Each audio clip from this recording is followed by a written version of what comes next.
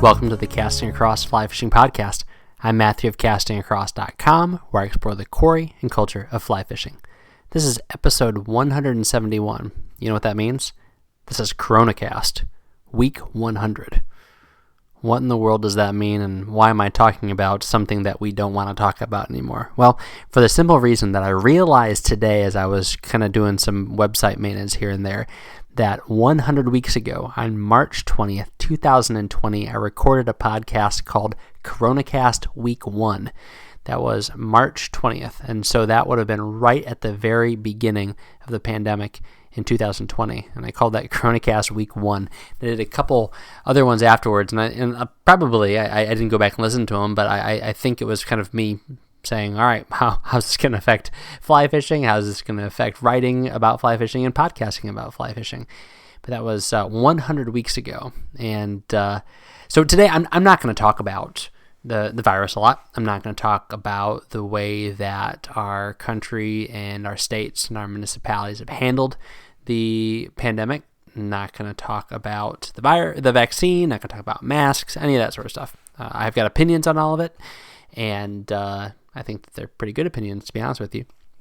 But that's not what I'm going to talk about today. I want to talk about just kind of a little bit of a retrospective, maybe what's happened in fly fishing over the last 100 weeks. I'm not sure exactly when a state of emergency or whatever it was declared, but for all intents and purposes, it's been about 2 years. It's been about 100 weeks. So I'm going to look back and talk a little bit about my observations and really paint it in a positive light. There are very good things that have happened in the last 100 weeks in environmental causes, in fly fishing, both just kind of culture-wide as well as personally. And I don't say any of this to diminish any pain, suffering, or loss that you may have experienced. And that's very real. That is something that I want to acknowledge, that there are many who have gone through this unscathed, but there are also many who have had a very, very difficult time, either personally or because of somebody that they love.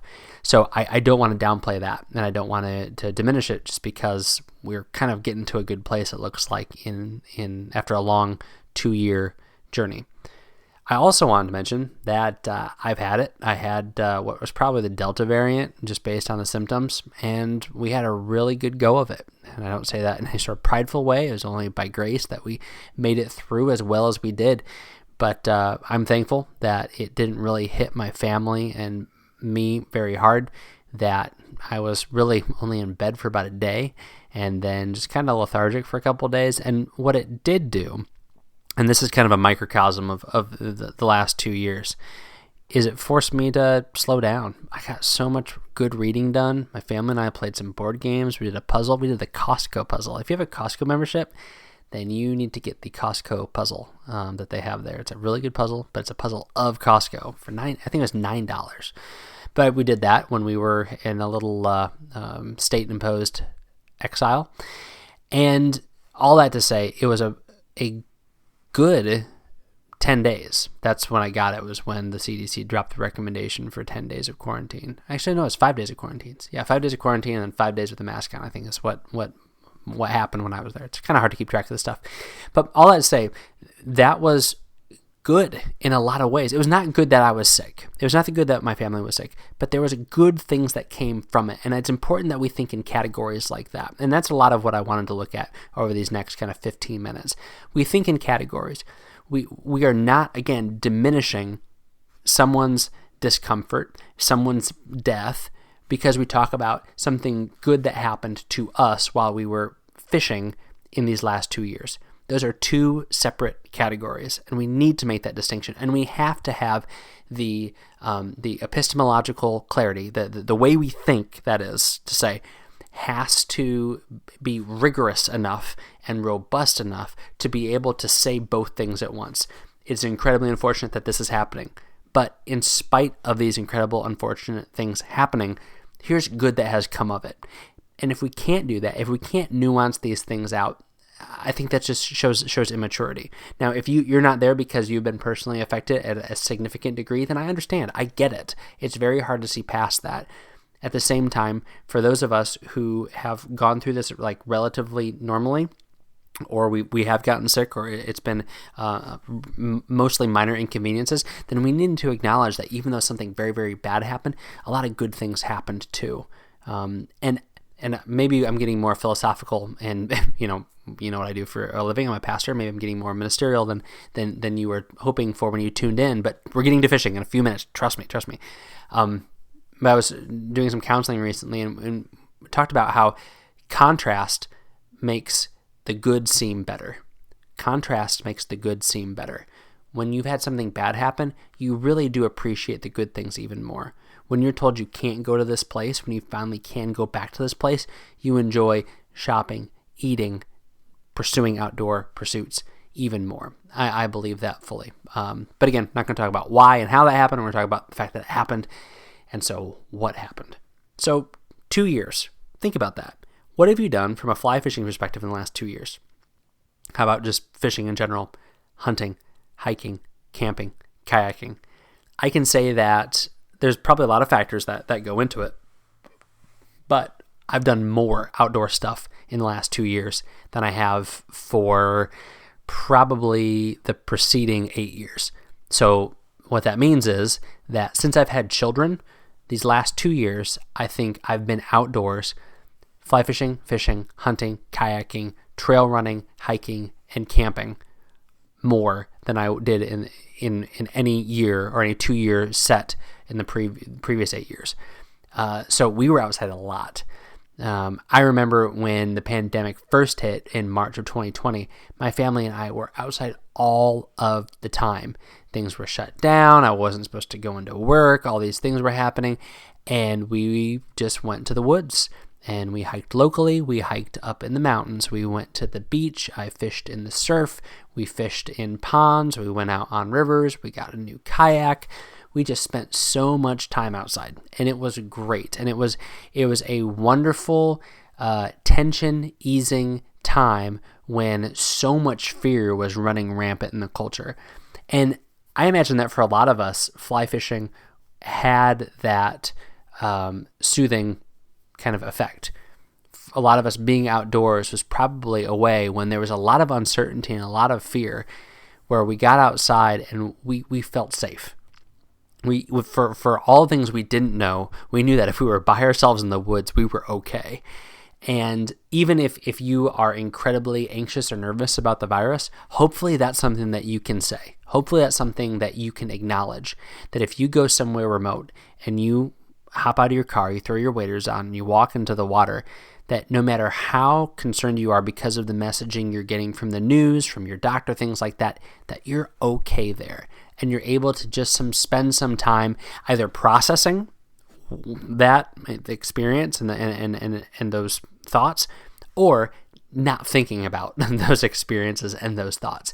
That's my hope for you, that if you are someone who is incredibly anxious about what's been going on and what's still going on, even to a much lesser degree, that you have been able to have been ministered to by being out on the water. I know that was the case for me and for my family. We just had to keep doing stuff. We had to keep getting outside, and we really enjoyed it.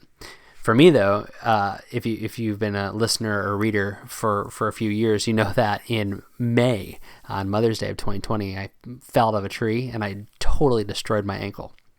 But even that, it really slowed me down for a couple of weeks, but then we were right back at it. And fly fishing was actually great because a wading boot was the most supportive and stabilizing piece of footwear that I owned. So I had an old pair of corkers where one of the lacing systems wasn't working right on the left foot, but the right foot was totally fine. So I was able to wear this pair of corkers around and keep my right ankle stabilized. But so much time on the beach. My family loves the beach. Learned so much about surf casting, about reading the water, about the tides up here in New England. I'd done it before, and I for years I'd been fishing out there. But that summer, spring into summer into fall, spent so much time out on the beach, and it was fantastic. It was again an escape, and I think that is just indicative of how being outdoors can really be a steadying factor in our lives when we have uncertainty. For me, at that point, to be totally honest with you, I was way more concerned about my ankle, about my ability to get back running again than I was about coronavirus. Call that what you will, but that was the reality of it. But when I'm in the water and when it was buoyant and I got this really supportive wading boot on, it took my mind off of it. And I was able to just fish, and I was able to just get out there and do what I wanted to do. And so that was great. So fast forward from the fall of 2020 to the spring of 2021, and that's when you started to see things change as people were getting outdoors after that holiday season and that winter. You probably saw this where you were. Our public lands were swamped with people. I know that a number of the major national parks, as well as some of the wildlife refuges and the national forests and other different public lands, had record-setting years in 2021 because people started to realize that was probably the safest place to be, was to be outside. But the interesting thing, and I can't say this with any sort of statistical certainty, but it seemed to me as if most folks were not from far away. So when I was up in New Hampshire, I was not seeing license plates from like Illinois or Mississippi. I was seeing lots of New England license plates, maybe some New York license plates. When I was down in Virginia, the same thing. I wasn't seeing anything from out west. It was people from Kentucky and West Virginia and Maryland and Virginia and North Carolina. So I think people still weren't traveling like capital T traveling, but they were getting out and they were getting outside. And I think that's one of the things that we have to remember as folks who consider ourselves avid outdoors people, that it is frustrating when you pull up to a parking lot and there's a lot of cars there. There was so many times up in White Mountain National Forest where I'd park where I wanted to park to go trail running or to go fishing, and it wasn't that the parking lot was full, is that the parking lot was full and there was cars spilling out onto the secondary highways. I mean, unless I was there at like 5:30 in the morning, and even then you'd show up wicked early, and then the people that were camping were taking up all of the parking spaces. It was unbelievable. The same thing in Virginia. I had to wait a number of times to get into certain parts of the Shenandoah, but I digress. As frustrating as that can be, and I am incredibly frustrated and get pretty antsy when I can tell that there's a number of other anglers at a spot that I wanted to fish. I think it's a good thing. As long as the resources are being stewarded well, as long as the governing authorities, whether it be the National Park Service or your local state, forestry resources, are managing things well and dealing with the increased crowds, I think we need to remember that's a good thing. It's good for us as anglers that there are other people pouring money as well as interest and awareness into the resources. But then also that as a culture, I think that's a great place to be. For people to be outside pushing themselves. I can remember one particular day when I was up on a trail and there were people in flip-flops and in jeans and, with their purses over their shoulder and those string backpacks that I can't imagine wearing for any length of time with any amount of weight in them, miles up the trail. And I thought, you know what? This is awesome. It's kind of goofy. Let's be real. They don't look like they're prepared. Hopefully they don't run into some sort of difficult situation. But isn't this awesome that they're doing this and they're not sitting in front of their phones? Now, I use my cell phone quite a bit, but one of the things that I've really thought about thinking back to the crowds that we saw in 2021 on the water and in the woods is just, you know what, this is a good thing. I can't be super negative about these crowds because I'm glad that people are getting outside. And hopefully that continues. Hopefully the National Park Service and the Department of the Interior and all the state agencies anticipate a lot of people out on the water and in the woods and are able to prepare for that, because I'm hoping that people go back to doing that in 2022. It's a great opportunity for you as you're talking to people who might not be super outdoorsy to seize the day with them. If they've been sitting inside, if they're maybe somebody who's been gripped with fear, say, hey, if we're gonna spend time together, let's go do it outside. Let's experience something new together. I think it's a great way to broach that subject. Now, there's some other aspects, of course, to the last 100 weeks. There's been supply chain issues. Again, don't want to get political on any of this by any stretch of the imagination, but it's something that we've had to deal with things that have been much more important than fly fishing, namely steel waterfowl shot. Am I right? But no, there's been serious supply chain issues that we've had to deal with, but it has trickled down into outdoor gear. Whether things are imported or components are imported, it has slowed things down. But what that's forced me to do, one, is not think about getting the next thing, even though I really enjoy doing that, not for the sake of collecting stuff, but for sharing it with people. But it's forced me to look back and say, okay, well, what do I really use a lot? Do I need a new thing? What can I make do with? How can I be creative? How can I maybe walk down the outdoor aisle at Walmart, or keep my eye open when I'm in Home Depot, or look at my camping gear and say, this stuff might have a function over here. And that was certainly the case when I took up duck hunting in 2021.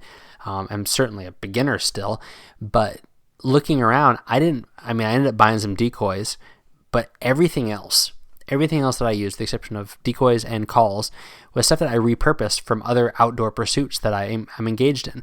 And that was a lot of fun. Like in fly fishing now, I feel like I need to have the best that I can afford, only because I feel like I'm pretty serious in it. And I don't feel like I need that because I'm some expert fly fisher, but like, this is what I do. Obviously I've got the podcast and the website, and it's part of my life and it's a passion.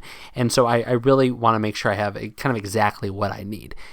But with this duck hunting, because I couldn't just go out and buy stuff because a lot of stuff was not on the shelves, I just looked around and said, okay, how am I going to make this work? How can I use some of my deer hunting stuff that I have a lot of? How can I use all my fly fishing things, that maybe something that's old that I can repurpose? What about my camping stuff? What about my toolbox? So that was really cool. So even though it was a disadvantage because of supply chain issues, it was a good opportunity for me to be flexible and to think outside the box. It was a lot of fun. Don't get me wrong. I'm pumped to find some duck hunting gear on sale in the next couple months. But it was totally fine. Got lots of ducks. Still have meat in the freezer from last season, and it didn't require me, scrounging Facebook Marketplace to find secondhand duck hunting gear because of things not being in the sporting goods store.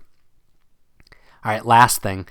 Last 100 weeks, one of the hardest things has been not being around people. I've been around lots of people, but it hasn't been the same as it was pre-pandemic, especially within the fly fishing space. I had a regular fly tying night that we did every month. That still hasn't picked back up yet. And I'm not going to push people. I'm not going to say, hey, I know you're still a little bit uncomfortable, but let's do it anyway, right? That's not what I think matters. So that's been kind of a bummer. Obviously, last year there was no fly fishing expo show circuit, with the exception of the one show down in Texas and probably some other smaller local shows. That just came back, and it was a lot of fun. Unfortunately, my trip, as I mentioned, down to Edison to the New Jersey show was cut short because of a enormous snowstorm that came up the East Coast. But there's still a couple left, and I'll be able to go back out and see people I haven't seen for a few years and meet some new people. And so that's something that was a minus, but now it's come back. And then even things like Trout Unlimited meetings. Again, I didn't go to a lot of them, only because from where I live to get down to where my local chapter meets, it's just not super convenient, particularly with my schedule. But when they brought Zoom in, it's not ideal, but it was good. It was a way for me to be a little bit plugged in where I hadn't been as plugged in before. So that was something that, again, as I started this podcast off with, it was a difficult situation, but it yielded some good results. And hopefully you can look back over the last 2 years and see that. Again, with a giant caveat of maybe a loss in your life. But even there, hopefully that, as you've been moving through that process of grief or loss, if you've had a significant financial loss because of the last 100 weeks, that fly fishing is now more precious. Not more precious than people. Not more precious than the responsibilities that you have to continue to engage in. But you can appreciate your time out on the water, your time with your loved ones, your time doing what you want to do in a new way, as some of those things have been either muted or taken away. So that's my hope. That's my hope for you. That's my hope for, you as my listener, you as the audience, and just you as part of this fly fishing community. Hopefully this podcast has not been too negative. Hopefully it has not been like me doing therapy on in front of my microphone, but that you've been able to think of these last 2 years, what you have done, what you haven't done, opportunities you take advantage of, things that you say, you know what, I really should have done more. Because guess what? We're only a couple weeks away from spring. That is really optimistic. A couple months away from spring. And you're going to have opportunities to get out and do those things again. So that's my encouragement. Go out and do them. Even if there's extra cars there. Even if you have to use gear that maybe isn't the perfect fit. Even if you're going to be going out and that person that you wish could be going out with you can't. Go out. Do it because it's what you maybe need to do. If you have questions, if you have comments, if you want to bounce an idea off me, please let me know. Matthew@castingacross.com. I always read everything. I always get back to everybody. It might not happen right away, but I will definitely do it. So thanks for listening. Thanks for these last 100 weeks of listening to me talk about fly fishing within the context of the coronavirus pandemic. Hopefully I have not brought it up too much because I think we're all just about done with messaging about it from one way or another. But I appreciate folks who have listened, and hopefully this has been a bit of a respite as we've gone through it, and hopefully as we are nearing the end of it. This week on castingacross.com, the first article was a great article. Fish for Change, Connecting Students on the Flats. Fish for Change, Connecting Students on the Flats. So Fish for Change is a nonprofit that works to get students, high school and college age, into tropical locations and Colorado. All right, don't want to leave Colorado out. Costa Rica, Honduras, Mexico, a couple other places. And they go down and they learn about fishing and they fish. You might say, okay, this sounds kind of like a guided trip. And it is in the mornings. But then in the afternoons, they do projects in the communities and they do conservation projects. So there's a whole lot more to it. Now, this is like really something that I'm excited about. And I love talking to the director of Fish for Change because I ran a fly fishing camp for a number of years, and I've been involved in international, specifically Central American missions programs for a couple different places over the last decade, and even before that. So this is like the synergizing a couple of my interests. So great stuff. Check out my article and then go to their website, check out their links and their videos. They've got a lot of resources. It's a really cool thing, and that's a lot more than just getting kids an opportunity to go fish the flats. So that was the article on Monday. Wednesday's article was kind of a gear review piece called No Shame, Tools to Hold and See Flies. No Shame, Tools to Hold and See Flies. Magnification and knot tying tools might sound silly to you until you need them. Now, to be honest with you, I don't carry a knot tying tool on me. I have learned tips and tricks and ways to use my forceps and hemostats and things like that to tie some of the essential knots. But all my kids have knot tying tools in their sling packs, and I don't begrudge somebody for carrying them. I do carry a magnifying tool, one particular one I'll talk about here at the end of the podcast. I also like threader boxes, and you don't need to be legally blind, and you don't need to have significant dexterity issues in order to justify having one of these tools. If it's really cold out, if it's really windy out, it'll just save you time and trouble, and they have more uses than just holding flies and putting your tiny little tippet through the eye of the fly. So this is a couple of different reasons why you might want to carry these things and some examples of what you might want to carry. So No Shame, Tools to Hold and See Flies. Definitely check it out.